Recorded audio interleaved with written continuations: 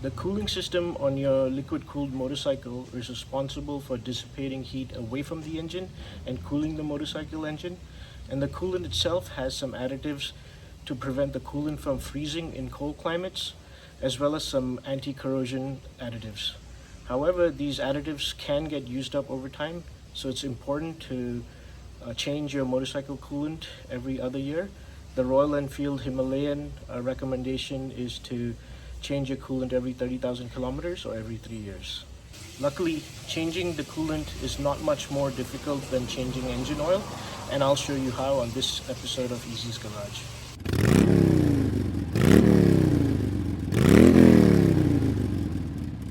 All you're going to need is some new coolant, which I've got here. For the Himalayan 450, it's slightly more than a liter. You're going to need some distilled water if you plan to flush your cooling system, and you're going to need a drain pan to drain the old coolant. You also need a new copper washer to replace the drain plug copper washer. Now, there are many coolants available in the market, and some with some wild claims. I would say don't stress about it. Just pick any coolant that you're familiar with or you're comfortable with, or any coolant that's widely used, and you won't go wrong. There are just two things you need to be aware of. There are two main types of coolant available. One is an ethylene glycol based coolant, and the other is a propylene glycol based coolant. Ethylene glycol based coolants are highly toxic, and they're usually green in color like this one. So definitely wear gloves when you're changing that, and keep your pets away because they are kind of sweet smelling and tasting. Propylene glycol based coolants, on the other hand, are biodegradable and not toxic, but still keep your pets away. Ethylene glycol based coolants are supposedly slightly better at cooling, but for regular street use, I would say you won't go wrong with either. The Royal Enfield 450 stock coolant, the one that comes from the factory, is ethylene glycol based. So if you are replacing it with another ethylene glycol based coolant, you don't have to flush your cooling system with distilled water. However, if you are switching types, so you're going from an ethylene glycol based to a propylene glycol based, or the other way around, you will have to flush your cooling system with distilled water. And important to note, you have to use distilled water. Don't use tap water or regular water, because tap water will have some minerals, and that'll cause some deposits in your cooling system, which in the long run is bad. I am sticking to a ethylene glycol based coolant. However, even both propylene glycol and ethylene glycol, they have anti-corrosion additives, and the stock coolant that comes in the Himalayan 450 is an organic acid technology anti-corrosion additives, whereas this one is a hybrid organic acid technology. So in addition to organic anti-corrosion inhibitors, it also has some phosphates and silicates to prevent corrosion, and apparently those two don't mix. So I'm not going to pretend like I am a chemistry expert, but from what I know and what research I've done, you can't mix organic acid technology HOAT, OAT, and hybrid organic acid technology HOAT, HOAT. So if you are switching those two types, you will have to flush your cooling system. But if you just know that if you are buying a ethylene glycol based coolant that's also HOAT and doesn't have any inorganic anti-corrosion inhibitors, you will not have to flush your system with distilled water. But since I'm going with a hybrid anti-corrosion, I'm going to flush my system. So I'll show you that. Okay, so first we're going to have to remove the fuel tank, and that's because to access the radiator fill cap, which is right here, it's almost impossible to do with the fuel tank on. Check out my air filter change video. It's got detailed steps on how to remove the fuel tank, and then we're ready to start draining. Let's start by removing the left side panel of your bike, and that'll expose the coolant expansion tank. To remove that, there's just one 10 mm fastener, and that is at the back, and it's right that fastener right there, just above the brake reservoir.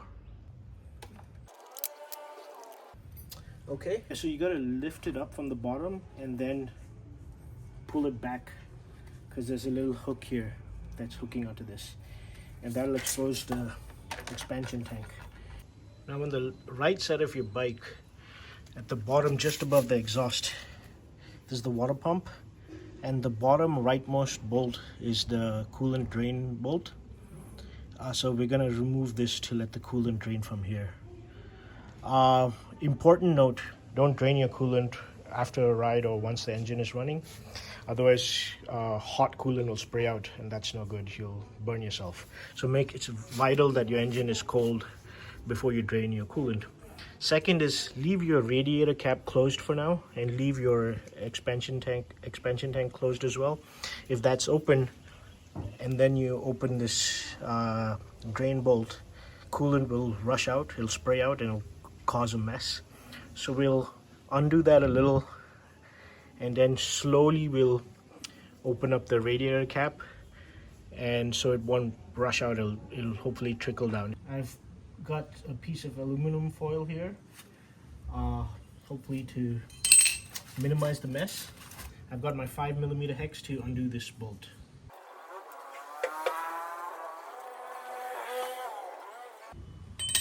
And now you see the coolant's not draining yet. I'm gonna slowly open my radiator cap, and here you go, the coolant's draining.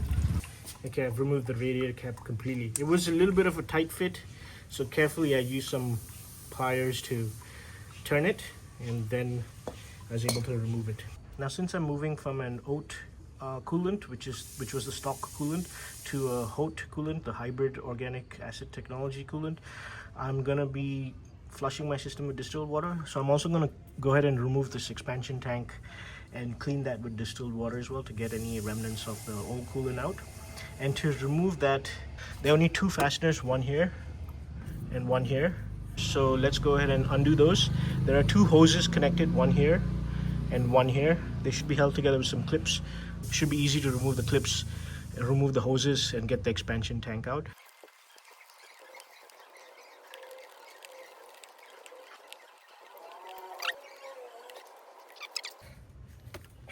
Now with the expansion tank out, let's go ahead and clean this with some distilled water.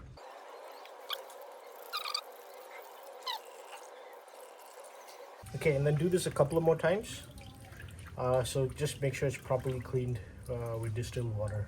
We're ready to install this expansion tank again. So again, go ahead and hook up your two hoses that we removed earlier, and then fasten the expansion tank to the bike.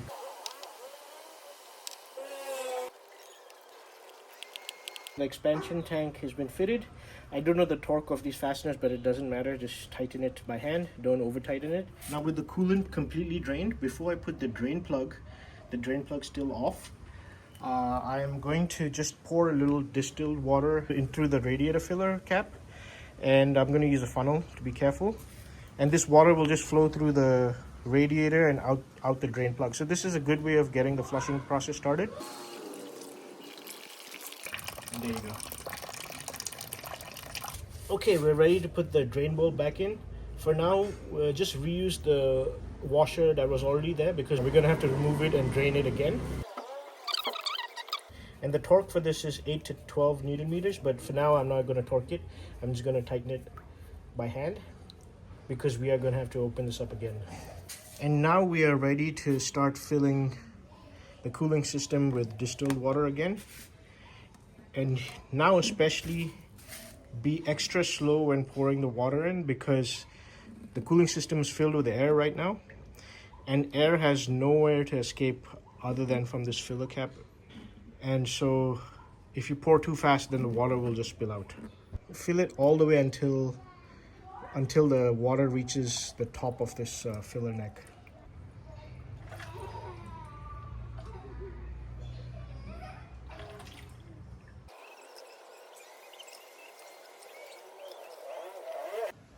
So I filled up the water, distilled water, until the very top. Again, pouring it slowly will help all the air trapped in the system to escape. If you pour fast, then air bubbles can get stuck inside. So again, another reason to pour slowly. We could displace any air bubbles that might be trapped by squeezing these coolant hoses. And it's also a good time to check if the hoses are in good condition, they're still pliable, because over time they may get hard and brittle. So if that's the case, if they're pretty hard, might be a good time to change your coolant hoses as well. Mine look good. And the other coolant hose is right here. So let me go ahead and squeeze this as well. Okay, all my hoses look good.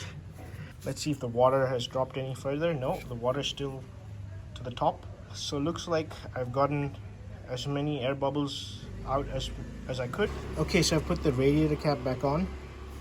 I've also installed my fuel tank because we're gonna have to run the engine now. And don't worry about hooking up all these fasteners and all. You just need to hook up the fuel rail line so fuel can get out of the fuel pump into the injector, and also the fuel pump electrical connector so the fuel pump actually gets power from your battery.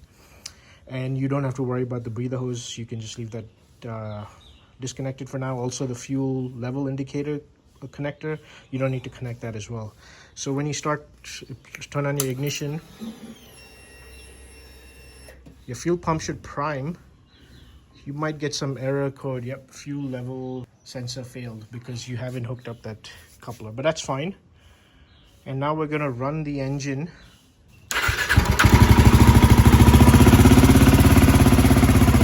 So what this is doing is it's just cycling the distilled water through the entire cooling system, and you want to do this until the radiator fan kicks on, so it cycles through the entire system. And once the radiator fan kicks on in probably 5-10 minutes, then you can turn off the engine. Okay, so the fan has kicked in, the fan has started, so we can turn off the engine now. Now we're gonna let the bike cool completely. So go have a beer or go have a coffee. With the engine sufficiently cool or cool down completely, remove the fuel tank, and just like we drained the old coolant, drain the distilled water. With the distilled water completely drained, go ahead and put a new crush washer and put this bolt in, and we're going to torque this up to about 10 Newton meters or 89 inch-pounds. Now we're ready to start filling coolant. Most coolants that you get today are ready to use. It'll say so. There you go, ready to use. But some coolants come as a concentrate, and so you'll have to dilute it with some distilled water in usually 50-50 proportion.